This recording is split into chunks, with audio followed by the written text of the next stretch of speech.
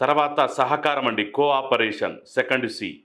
ఇతరులకు సహకరించడం, మంచి చేయడం ద్వారా జరిగే భావనను, దాని ద్వారా కలిగేటువంటి భావనని పిల్లల్ని స్వయంగా అనుభవంలోకి వచ్చేలా చేయాలి. వాటి ప్రాధాన్యాన్ని తెలియచేయాలండి. ఇక థర్డ్ సి కరేజ్, ఎదుర్కోవడం. ఇది అత్యంత ప్రధానమైనది. సామాజిక నైపుణ్యాలు, ఒత్తిడి తగ్గించే వ్యూహాలను పిల్లల్లో అభివృద్ధి చేయాలి. తద్వారా వారు ఎలాంటి పరిస్థితుల్లోనైనా ధైర్యంగా ఉంటారండి. ఇక ఫోర్త్ సి క్లోజ్ రిలేషన్‌షిప్ అండి. బంధాలు.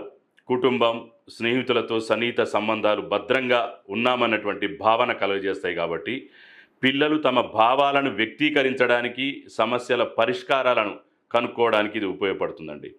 ఇక ఫైనల్ సి, ఐదవ సి కాన్ఫిడెన్స్ అండి. ఈ విశ్వాసం, ఏదైనా చేయగలమనేటువంటి విశ్వాసం పిల్లల్లో పెంపొందింపచేయాలి. ఇప్పుడు మామూలుగా 'బొమ్మరిల్లు' సినిమాలో తండ్రి మాదిరి చేతిని పట్టుకొని ఉండకుండా సవాళ్ళని ఎదుర్కోవడానికి అవకాశాలు కల్పించాలి. బాగా చేసినప్పుడు మనం అభినందన తెలియచేయాలి.